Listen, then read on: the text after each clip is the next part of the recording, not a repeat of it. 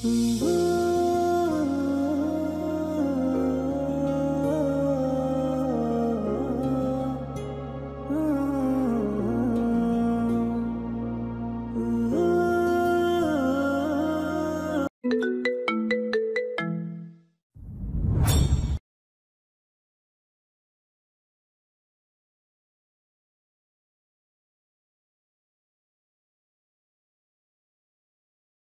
বড় ঘটনা হয়েছে, তোমরা আমাকে জানালে না। আমাকে নিউজ দেখে সব ঘটনা জানতে হয়েছে।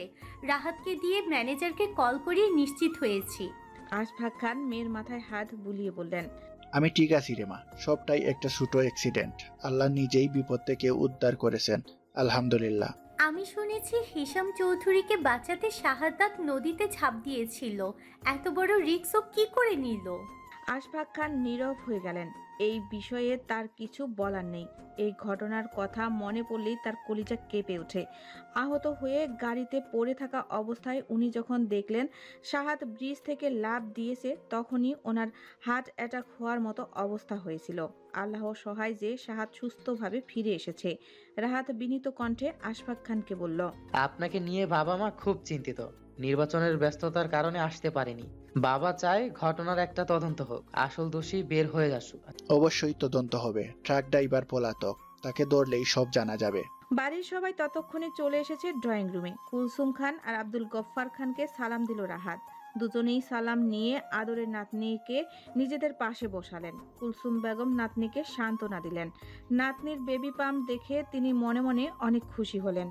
কদিন ধরেই আনিশাকে দেখার জন্য মন ছটফট করছিল তার। ভাগ্যক্রমে সে ইচ্ছা পূরণ হয়ে গিয়েছে। রাফা রিদি জয়া বেগমের সাথে নিচে নেমে আসলো। আনিশাকে দেখে দুজনেই বাক আকুল হয়ে উঠল। বাড়ির পরিস্থিতির চাপে এই কদিন দুজন খুব নিরান্দর অবস্থায় কাটিয়েছে। কুহুর ছাদ থেকে পড়ে যাওয়ার পর থেকে দুজনের সমস্ত দুষ্টমি বন্ধ হয়ে গিয়েছিল। আনিশাকে দেখে তারা প্রাণ ফিরে পেল। আনিশাকে ঘিরে তাদের আবদারের শেষ রইল না। পরিবারের লোকজনের সংস্পর্শে এসে আনিশার কষ্ট ভুলে গেল। জয়া বেগমকে প্রশ্ন করল, চাচু কি বাড়িতে নেই? জয়া বেগম শ্বাস ফেলে বললেন, না, ব্যবসার কাজে চট্টগ্রাম গিয়েছে, তবে নির্বাচনের আগে চলে আসবে বলেছে। বাড়িতে এত শোরগোলের কারণে শাহাদের ঘুম ভেঙে গেল। বিশেষ করে রাফা রিদির চিৎকার তার কানে লেগেছে খুব। পকেটে দু হাত পুরে শাহাদ জিম সেরে বেরিয়ে আসলো। ড্রয়িং রুমে প্রবেশ করতেই তার ভ্রু কুঁচকে এলো। রাহাতকে দেখা যাচ্ছে বসে থাকতে। আনিশা তার দিকে পেছন ফিরে বসে আছে বলে দেখতে পেল না। শাহাদ চোখ রগড়ে দেখলো না, এটা রাহাতি। সে পায়ে পায়ে এগিয়ে এসে আনিশা যে সোফায় বসে আছে সেখানে ঘাড় তাক করে তাকালো। আনিশাকে দেখে তার চোখের পাতা ভারী হয়ে গেল। আনিশারও চোখ পড়ল শাহাদের দিকে। সে সোফা ছেড়ে উঠতে চাইল। শাহাদ তাড়াতাড়ি এসে আনিশার সামনে হাঁটু গেড়ে বসে পড়ল। আনিশার বেবি পাম্প দেখে শাহাদ খুশিতে হাসলো। আনিশার দু হাত নিজের হাত দিয়ে হাতের উল্টো পিঠে চুমু খেলো। আনিশা স্নেহের দৃষ্টিতে ছোট ভাইয়ের দিকে তাকালো। ধরা গলায় বলল, কিভাবে পারলি এত বড় রিস্ক নিতে? একবারও আমাদের কথা মনে হয়নি? শাহাদ হাসি মুখে ধরে রেখে বলল, মনে হচ্ছে বলে তো এই কাজ করেছে, নাহলে সবাই বলতো আনিশার ভাই কাপুরুষ। এখন সবাই বলবে আনিশার ভাই সাহসী। আনিশা কপট রাগী দৃষ্টিতে ভাইয়ের দিকে তাকালো। গাল ধরে জোরে টেনে দিল। পরিবারের অন্যান্যরা মৃদু হাসলো। রাহাত উঠে এসে বলল, হ্যাঁ, এটাই আমার সাহসী শালা। সে নিজের শত্রুকে বাঁচানোর জন্য নদীতে ঝাঁপ দিয়েছে, তাই না রে শালা? শাহাদ দাঁড়িয়ে রাহাতের সাথে বুক মিলালো। দুজনে হাসি ঠাট্টা করে কথা বলতে বলতে একটু সাইডে চলে গেল। রেজিয়া সুলতানা বলল, এখন তাহলে ঘরে গিয়ে রেস্ট কর, মুখটা একদম শুকিয়ে গেছে। কুহু, ওকে ঘরে নিয়ে যাও। কুহু আনিশাকে নিয়ে উপরে চলে গেল। আনিশাকে ঘরে দিয়ে এসে নিজের ঘরে এসে তাড়াতাড়ি ফ্রেশ হয়ে নিল। এখন তার অনেক কাজ। ফ্রেশ হয়ে আয়নার সামনে একটু পরিপাটি হয়ে নেওয়ার মাঝখানে শাহাদ ঘরে ঢুকলো। কুহুকে পেছন থেকে জড়িয়ে ধরে আয়নার দিকে তাকালো। গাঢ় স্বরে বলল, ভাবছি আর দুজনেই ঘরে থাকা উচিত হবে না, আমাদের তুলনায় ঘরটা অনেক বড়। কুহু ভ্রু কুঁচকে ঘাড় বাঁকিয়ে শাহাদের দিকে তাকিয়ে বলল, তাহলে কোথায় থাকবো আমরা? শাহাদ হতাশ চোখে কুহুর দিকে তাকালো। সে কি বলল আর এই মেয়ে কি বুঝলো? সে কুহুর কপালে নিজের কপাল দিয়ে ঠুস মেরে বলল, এই ঘরেই থাকবো বোকামে, শুধু দুজন থাকবো না, আরো এক দুজন সাথে নিয়ে থাকবো। কুহু বুঝতে না পেরে হা করে তাকিয়ে রইল। শাহাদের কাছে আর অন্য কোনো রাস্তা রইল না। সে গলার স্বর নিচু করে যা বলার বলে দিল। কুহু শাহাদের দিকে ঘুরে বুকে কিল দিয়ে বলল, শুধু অসভ্য কথা বলেন। সত্যি আমি এমনটা চাই। একটা ছোট কুহু ঘর জুড়ে ঘুরে বেড়াচ্ছে, জিনিসপত্র এলোমেলো করছে, আমার কাজে ডিস্টার্ব করছে। এরকমটা সত্যিই চাই। তুমি চাও না? কুহু অবনত মস্তকে লাজুক কণ্ঠে বলল, একটা ছোট শাহাদ খান চাই আমি, যাতে আপনার সাথে ঝগড়া হলে ওর কান মলতে পারি। হোয়াট? দুষ্টু মেয়ে, আমার গান বলতে চাও তুমি? চাই চাই চাই। বলে শাহাদকে হালকা ধাক্কা দিয়ে সরিয়ে দৌড় দিল। শাহাদ কুহুকে ধরার চেষ্টা করেও ব্যর্থ হলো। এর আগেই কুহু ঘর ছেড়ে ছুটে বেরিয়ে গেল। সকালের খাওয়া দাওয়ার পর কুহুর জন্য অনেক বড় একটা আনন্দের ব্যাপার ঘটে গেল। শেইনা বেগম আর মোয়াজ্জেম হোসেন এলেন, সাথে এলো জিয়াদ। বাবা মা আর ভাইকে দেখে কুহুর আনন্দের সীমা রইল না। মোয়াজ্জেম হোসেন প্রাণপ্রিয় বন্ধুর অ্যাক্সিডেন্টের কথা শুনে আর থাকতে পারেননি, তাই ছুটে চলে এসেছেন। আশফাক খান কেন জানায়নি এজন্য খুব রাগ করলেন। আশফাক খান বন্ধুকে শান্ত করে বললেন, তেমন কিছুই হয়নি, তাই আর তোদের জানাতে চাইনি। কিন্তু সাংবাদিকগুলো তো আর চুপ থাকে না, ঠিকই খবর জোগাড় করে নিউজ ছেড়ে দিয়েছে। শ্বশুর শাশুড়ি আসা উপলক্ষে শাহাদ আর ওই দিন কোথাও গেল না। শ্বশুর শাশুড়িকে বিনিময়ের সাথে ভালো মন্দ জিজ্ঞেস করলো। একমাত্র সারা জিয়াতের সাথে সময় কাটালো। দুপুর যখন ছুঁই ছুঁই, তখন সপরিবারে আশফাক খানের আরেক বন্ধু বদরুল আলম এসে হাজির হলো। তার সাথে আসলো তার স্ত্রী মলিনা বেগম আর কন্যা এলা। মোয়াজ্জেম হোসেনের বন্ধু সে। তিন বন্ধু অনেক দিন পর একসাথে হয়ে গলাগলির অবস্থা। তারা আশফাক খানের অফিস রুমে আড্ডায় বসলো। রেজিয়া সুলতানা মলিনা বেগমকে নিয়ে বাড়ির মহিলাদের সাথে ড্রয়িং রুমে বসলেন। এনাও তার পায়ের পাশে বসে কথাবার্তা শুনছে। এই সময় শাহাদ উপর থেকে নিচে নামলো। তার পরনে ক্যাজুয়াল সাদা শার্ট আর কালো প্যান্ট। শাহাদকে দেখেই এনা লাফ দিয়ে উঠে গেল। এক প্রকার দৌড়ে গিয়ে শাহাদের সামনে দাঁড়ালো, হাত বাড়ালো হ্যান্ডশেকের জন্য। শরীর হেলে দুলে নাড়িয়ে নেকা কণ্ঠে বলল, hello Shahad, how are you? কুহু তার মায়ের পাশে বসেছিল। পুরো ব্যাপারটা সে আগাগোড়া লক্ষ্য করছিল। এনাকে শাহাদের দিকে হাত বাড়িয়ে দিতে দেখে কঠিন চোখে তাকালো শাহাদের দিকে। হঠাৎ শাহাদ এনাকে সামনে দেখে আশ্চর্য হলো, প্রশ্ন করলো, আরে এনা, বিদেশ থেকে কবে এলে? এনা আগের মতো নেকা কণ্ঠে বলল, তার খবর কি আর তুমি রেখেছো? ইভেন এখনো আমার বাড়িয়ে রাখা হাতটা পর্যন্ত দেখোনি তুমি। শাহাদ বিব্রত হলো। এইভাবে মেয়েদের সাথে হাত মেলানোর অভ্যাস তার নেই। মহিলারা যেভাবে বসে আড্ডা দিচ্ছে সেখানে তাকিয়ে সে আবারও বিব্রত অনুভব করলো। সবাই যে যার মতো হেসে হেসে কথা বলছে, কিন্তু কুহু এক দৃষ্টিতে তাকিয়ে আছে শাহাদের দিকে। তার দৃষ্টির অর্থ হলো একবার হাত ধরলেই শাহাদের খবর আছে। শাহাদ দৃষ্টি সরিয়ে এনার দিকে তাকালো, বলল, আমার তারা আছে, পরে কথা হবে তোমার সাথে। শাহাদ এনাকে এড়িয়ে চলে যেতে চাইল। দু পা এগোতেই এনা নিজেই শাহাদের বাহু ধরে টেনে ধরল। শাহাদ মনে মনে এমনটাই ভাবছিল। এনাকে তার বেশ ভালোভাবেই চেনা আছে। কুহুর দিকে তাকিয়ে দেখলো কুহু বিস্ফোরিত চোখে তাকিয়ে আছে। এনা বলল, আগের চেয়ে অনেক বেশি হ্যান্ডসাম হয়েছো তুমি। এতদিন পর এসেছি, এখন আর তোমাকে ছাড়ছি না। চলো, আমিও তোমার সাথে যাব। শাহাদ দাঁতে দাঁত চেপে নিজেকে সামলালো। এ ধরনের মেয়ে মানুষ তার ঘোর অপছন্দ। মন চাচ্ছে ঘাড় ধরে একে ছুঁড়ে ফেলে দিতে। সে এনার হাত ছাড়িয়ে নিল জোর করে, তারপর কড়া করে বলল, তুমি আমার স্ত্রীর সামনে অসভ্যতা করছো। ওইসব দেখে অন্য কিছু ভাবতে পারে। অনেকদিন পর যেহেতু এসছো, তাই সবার সাথে গিয়ে কথা বলো। শাহাদ দ্রুত বেরিয়ে এলো। এনা প্রত্যাখ্যান হয়ে সাপের মতো ফোঁসফোঁস করতে লাগলো। ঘাড় বাঁকিয়ে কুহুর দিকে তাকালো। কুহু এনার দিকে তাকিয়ে আছে, তার চোখে মুখে বিদ্রুপের হাসি। এনা পরাজিত হয়ে ধূপধাপ পা ফেলে সিঁড়ির দিকে গেল। একটা কাজের লোককে ধমক দিয়ে তার রুম কোনটা দেখিয়ে দিতে বলে তাকে নিয়ে উপরে চলে গেল। কুহু মুখে বিদ্রুপের হাসি হাসলেও মনের গহীনে শাহাদের প্রতি কেন জানি একটা অভিমান চলে আসলো। বিয়ের আগে কি শাহাদের প্রেম ছিল? অন্য কোনো মেয়েকে পছন্দ ছিল? এসব নানা প্রশ্ন আসলো মনের ভেতর। কুর বুকের ভেতর হালকা ভার অনুভব হলো এসব চিন্তা করে। চিন্তাগুলো মাথা থেকে সরিয়ে আড্ডায় মনোযোগ দিতে চাইলেও পারল না সে।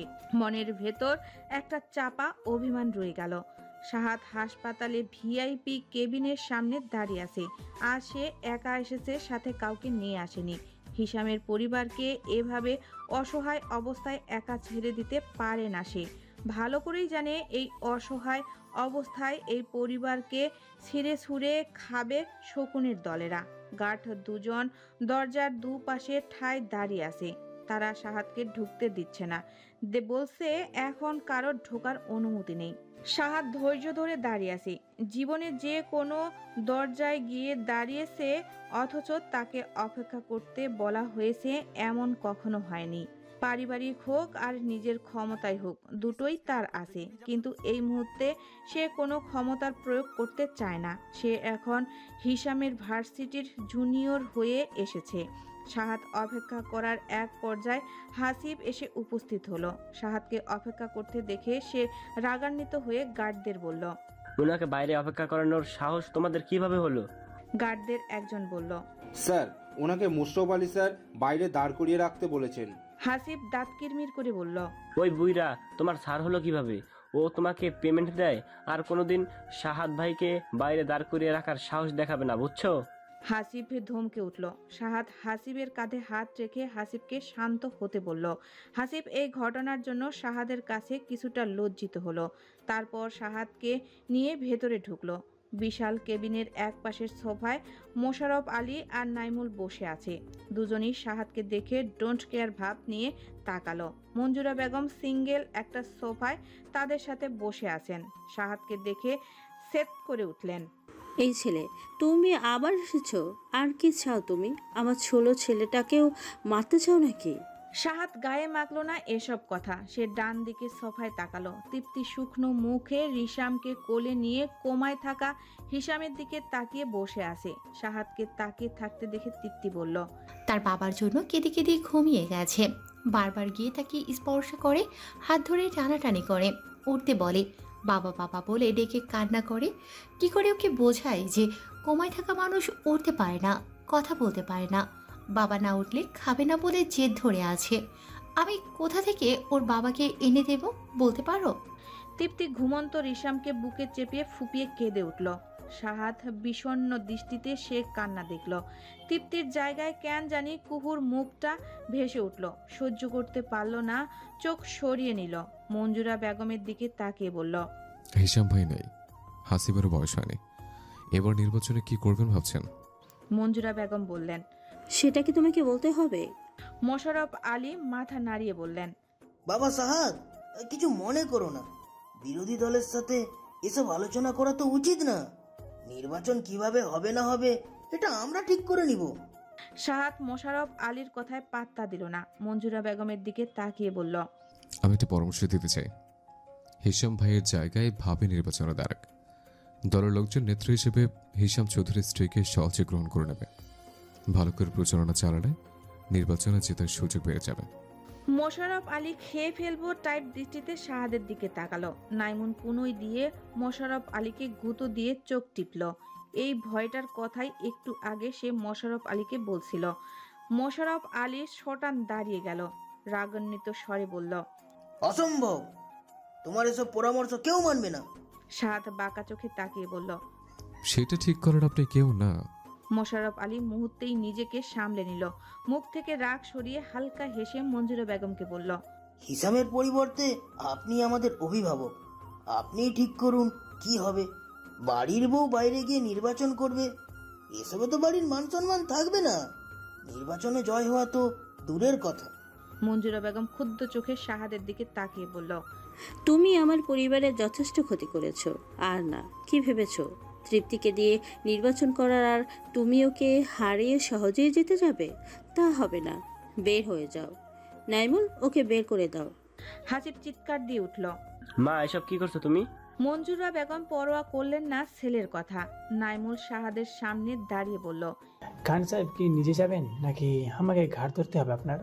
এই কথায় সাহাদ একদমই বিচলিত হলো না। শান্ত দৃষ্টিতে নাইমুনের চোখের দিকে তাকিয়ে বলল, আমি সাহাদ খান, তোর মতো ড্রেনের নিচে বাস করা কিট আমায় স্পর্শ করবে? এত সাহস তোর? নাইমুলের চোখে আগুন জ্বলে উঠল। অপমানের সূক্ষ্ম খোঁচা লাগলো তার শরীর জুড়ে। আন্ডারওয়ার্ল্ডের রাজা সে, আর শাহাদ তাকে ড্রেনের নিচের কিট বলল। সে শক্ত হয়ে শাহাদের সামনে দাঁড়িয়ে রইল, কিছু বলল না। শাহাদ মঞ্জুরা বেগমের দিকে তাকালো। মঞ্জুরা বেগম ঘৃণায় মুখ ফিরিয়ে নিল।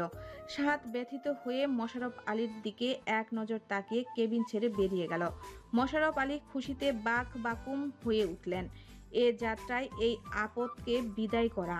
এবার মঞ্জুরা বেগমকে বুঝিয়ে শুনিয়ে দলের সর্বময় ক্ষমতার অধিকারী হতে হবে তাকে, তবেই তার আশা পূরণ হবে। হাসপাতাল থেকে ফিরে শাহাদের মনটা অত্যন্ত ভার হয়ে রইল। অন্য কোথাও না গিয়ে সে সোজা বাড়ি চলে আসলো। সারাদিন বাড়িতেই থাকলো। বিকেলে ঘুম দিয়ে একদম সন্ধ্যা পর্যন্ত ঘুমালো।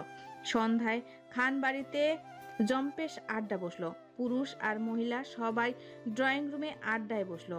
বাড়ির মহিলারা ইতিমধ্যে বিভিন্ন রকমের ভাজা পোড়ার আয়োজন করে ফেলেছে, সাথে চায়ের ব্যবস্থাও আছে। রান্নাঘরে কাজ করতে গিয়ে কুহু ঘেমে নেই একাকার। তার উপর আজ শাড়ি পরেছে, শাড়ির আঁচল কোমরে গুজে রান্নাঘরে ছুটাছুটি করছে।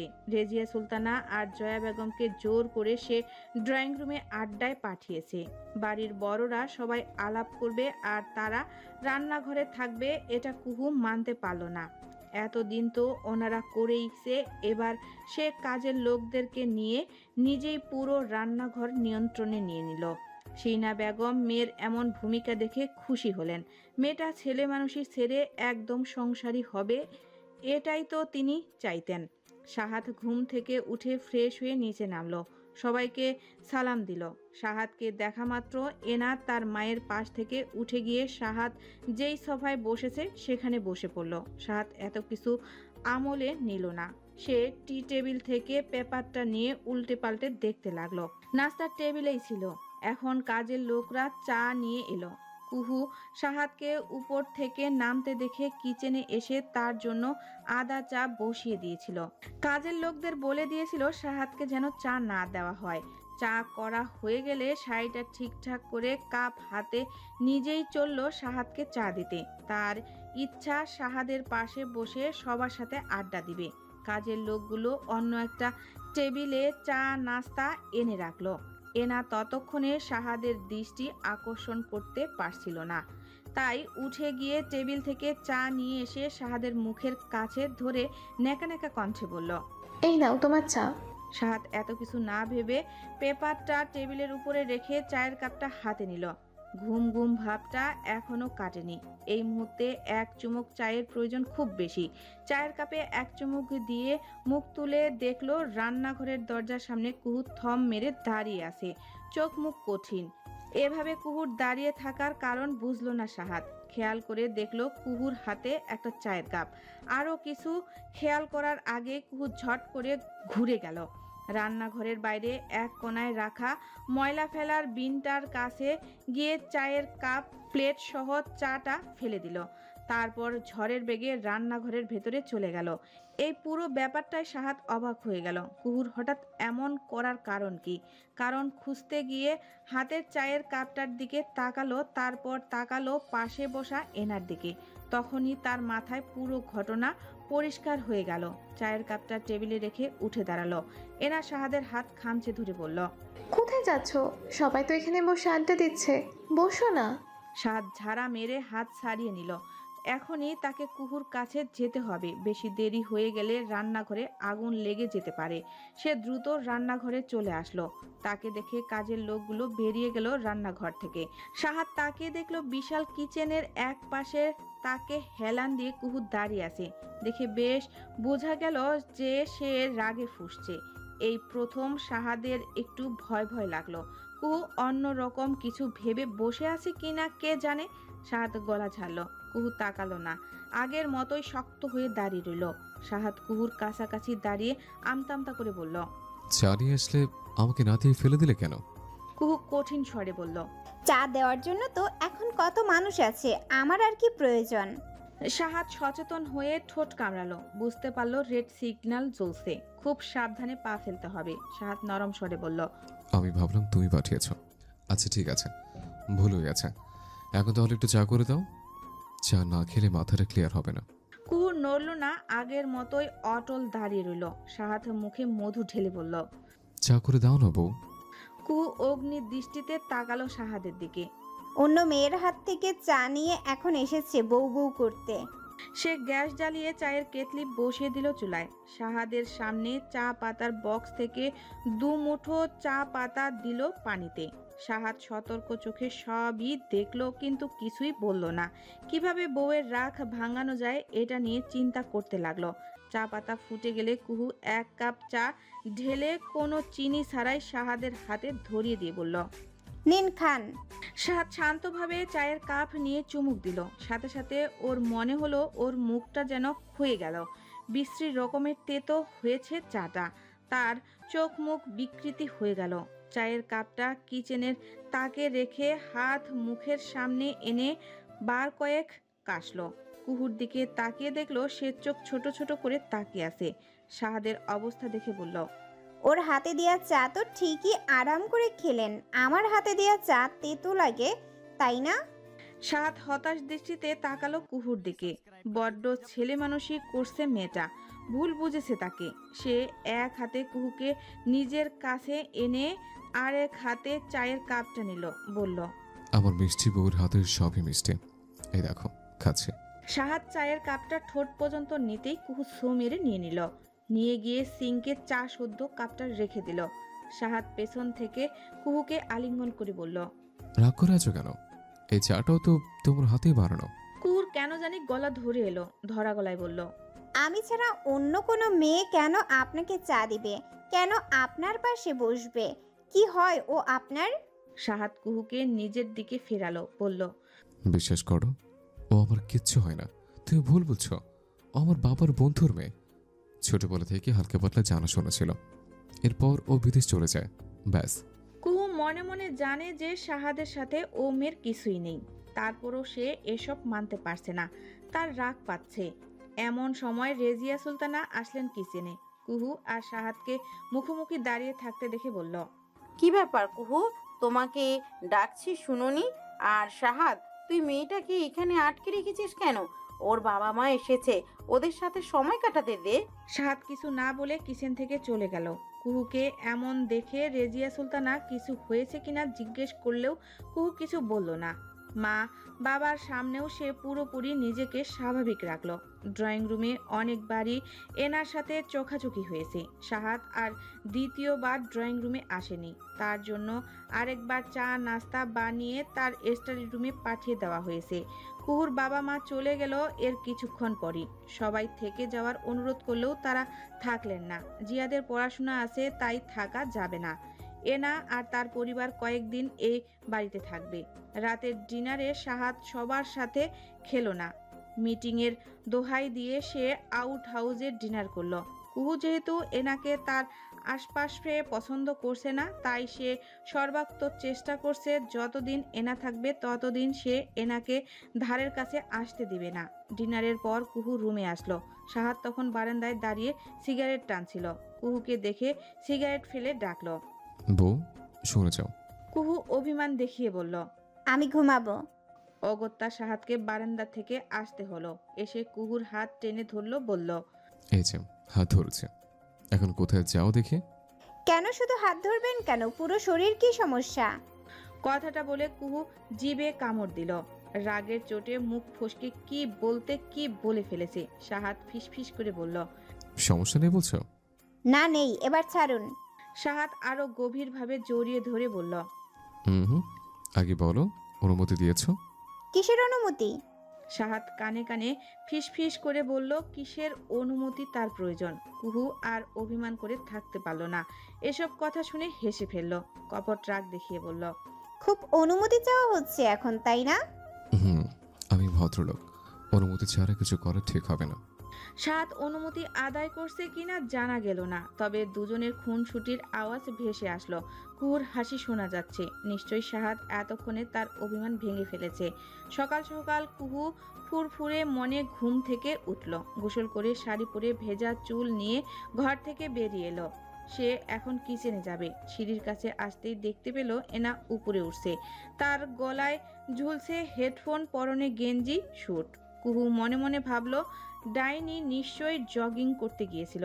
কুহু গুনগুন করতে করতে ভেজা চুলগুলো সামনে ঝাড়তে ঝাড়তে সিঁড়ি বেয়ে নামতে লাগলো। এনার কাছাকাছি আসতেই চুলগুলো বেশি জোরে ঝাড়া দিয়ে পিছনের দিকে দিল।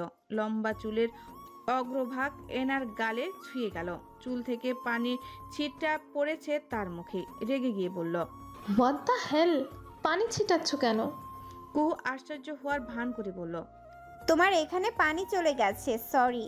আসলে ঘুম থেকে সকালে উঠতে দেরি হয়েছে তো, তাই গোসল করে চুলগুলো শুকানোর সময় পাইনি। এনা ভেজা চুলের দিকে রাগী চোখে তাকিয়ে বলল, তাহলে আরো সকালে উঠলেই পারো।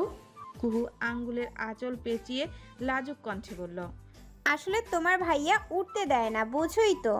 কুহু চোখ মারল এনাকে, তারপর নেচে নেচে সিঁড়ি বেয়ে নেমে গেল। এনা শকুনের দৃষ্টিতে কুহুর যাওয়ার দিকে তাকিয়ে রইল। এই মেয়েকে সে শীঘ্রই বোঝাবে কত ধানে কত চাল। সকালের ব্রেকফাস্ট সাহাত আগেই সেরে নিল, যার কারণে এনার সাথে এক টেবিলে বসতে হলো না। খেয়াল করে দেখলো কুহু হাসি মুখে রয়েছে। সাহাত হাফ ছেড়ে বাঁচলো। যাক, বউকে অবশেষে সামলানো গেল। এনা এসে দেখলো সাহাত ব্রেকফাস্ট করে ফেলেছে। সে রেগে মেগে আগুন হয়ে গেল, কিন্তু তা প্রকাশ করলো না। কুহু এনার অবস্থা দেখে মিটমিটি হাসলো। কুহুর হাসি দেখে এনার আরো রাগ হলো। এনাকে রাগিয়ে দিতে কুহু আরো একটা দুর্দান্ত কাজ করলো। সাহাত যখন বাইরে যাওয়ার জন্য নিচে নামলো, কুহু তখন সদর দরজার কাছে গিয়ে দাঁড়িয়ে পড়লো। আশেপাশে তাকিয়ে দেখলো সবাই যে যার মতো ব্যস্ত, তবে এনা খাবার টেবিলে বসে থেকে তাদের দিকে তাকিয়ে আছে। কুহু সাহাতকে কানে কানে কিছু বলবে বলে নিচু হতে বলল। সাহাত মাথা নিচু করলে চুপ করে ওর গালে চুমু দিয়ে বসলো। কুহুর এমন আচরণে সাহাত যার পরনি অবাক হলো। হাসলো কুহুর ছেলে মানুষই আচরণে। সেও কুহুর কপালে গাঢ় চুমু খেয়ে বিদায় নিল। সাহাতকে বিদায় করে দিয়ে কুহু শয়তানি হাসি দিয়ে এনার দিকে তাকালো। এনা শক্ত হয়ে বসে আছে। কুহুর এই হাসি তার জেদ আরো বাড়িয়ে দিল। সে মনে মনে বিভিন্ন ফন্দি আটলো কুহুকে টাইট করার। বিকেল বেলায় কুহু ছাদ থেকে কাপড় নিয়ে নিজের ঘরে আসার সময় হলওয়েতে এনার সাথে দেখা হয়ে গেল। এনা আর থাকতে না পেরে বলল, এত ঢং কেন তোমার? কুহু না বোঝার ভান করে বলল, কিসের ঢং? স্বামী কি তোমার একাই আছে, আর কারো নেই? আর শোনো, আমি বিদেশে না গেলে আমিই হতাম এই বাড়ির বউ, শাহাদের বউ। তোমার থেকে যোগ্যতা, সৌন্দর্য সবকিছু আমার বেশি, বুঝেছ? কুহুর মেজাজ খারাপ হয়ে গেল। কঠিন স্বরে বলল, এখন সাহাত খানের বউ আমি, খানবাড়ির বউ আমি। এতই যেহেতু যোগ্যতা আর সৌন্দর্য, তাহলে অন্যের স্বামীর দিকে নজর না দিয়ে নিজের জন্য কাউকে খুঁজলেই পারো। এনা বাঁকা হেসে বলল, অন্যের স্বামীর দিকে নজর দিতে ভালো লাগে, এতে করে একটা কম্পিটিশন ভাব আসে। তারপর এই কম্পিটিশনে জিতে গিয়ে যখন বউটাকে হারিয়ে দিই, তখন কি যে ভালো লাগে। তোমাকে যখন হারাবো তখন মজা বুঝবে। তোমাকে হারিয়ে তবেই আমি শান্তিতে বিদেশ যাব। কুহু বলার ভাষা হারিয়ে ফেলল। এমন কথা শুনে কোনো মেয়ে এতটা খারাপ হতে পারে তা তার জানা ছিল না। এনা আবারও বলল, এটা আসলে আমার শখ বলতে পারো। অন্যের স্বামীকে নিয়ে খেলতে ভালো লাগে। এতে করে আমি যে রূপে গুণে শতগুণে এগিয়ে সেটা তার বউকে বুঝিয়ে দেই। কুহু প্রবল ঘৃণায় হাতের কাপড়গুলো এনার মুখে ছুঁড়ে দিল। এনার দাঁত কিরমির করে বলল, ইউ ব্লাডি বিচ! আমার স্বামীকে নিয়ে খেলবি, আমাকে হারাবি? দাঁড়া, দেখাচ্ছি তোকে। এটা বলে কুহু এক হাতে এনার চুল টেনে ধরল। এনা হঠাৎ আক্রমণে চিৎকার করে উঠল। নিজেকে কিছুটা সামলে সেও কুহুর চুল খামচে ধরল। এবার কুহু আরেক হাত দিয়েও এনার আরেক পাশে চুল ধরল। এনাও কুহুর দেখা দেখি আরেক হাতে কুহুর চুল ধরল। দুজনের চুল টানাটানি করে চিৎকার করতে লাগলো। সাহাত সব কাজ শেষ করে ঘরে ফিরছিল। সিঁড়ি থেকেই সে চিৎকার চেঁচামেচি শুনে দ্রুত সিঁড়ি পেরিয়ে হলওয়েতে এলো। দেখলো কুহু আর এনা চোলাচুলি করছে। সাহাত এই ঘটনা দেখে হতভম্ব হয়ে গেল। জীবনে সে চোলাচুলি করা শুনেছে, কিন্তু নিজের চোখে দেখেনি কোনোদিন। এই প্রথম সে চোলাচুলি দেখছে, সেখানে আবার তার নিজের বউ আছে। কুহু আর এনা চোলাচুলি করছে দেখে সাহাত অবিশ্বাস্য চোখে তাকিয়ে রইল। দুজন একজন আরেকজনের চুল ধরে রীতিমতো লটকে আছে, চিৎকার করে চক্রাকারে ঘুরছে। সাহাত বাড়ির ঘরগুলোর দিকে তাকালো। এরা এইভাবে চুরি করছে, চিৎকার করছে, আর বাড়ির সবাই কি শুনছে না? সবাই কি ঘুমাচ্ছে নাকি?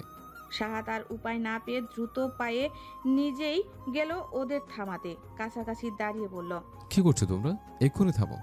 দুজনই এলোমেলো চুলের ফাঁক দিয়ে শাহাদের দিকে তাকালো। কুহু শাহাদকে দেখে হাতের মুঠো কিছুটা ঢিলে করলো। এনা কাঁদো কণ্ঠে বলল, শাহাদ দেখো আমার সাথে কি করছে তোমার বউ, ওর কাছ থেকে আমাকে বাঁচাও শাহাদ। কুহুর সারা অঙ্গ জ্বলে গেল এনার নেকামিতে। ঢিল করা হাতের মুঠো আরো শক্ত করে এনার চুল টেনে ধরলো। এনা চিৎকার করে উঠল। রাফা আর হৃদির চিৎকার শুনে বের হয়ে এলো ওদের ঘর থেকে। কাছাকাছি ঘর হওয়ায় ওদের ঘুম ভেঙে গেছে। ওরা এসে অবাক হয়ে শাহাদের পাশে দাঁড়ালো। রাফা বিস্ময় নিয়ে বলল, ভাবিমণি চুলোচুলি করতেও জানে, হাউ এক্সাইটিং।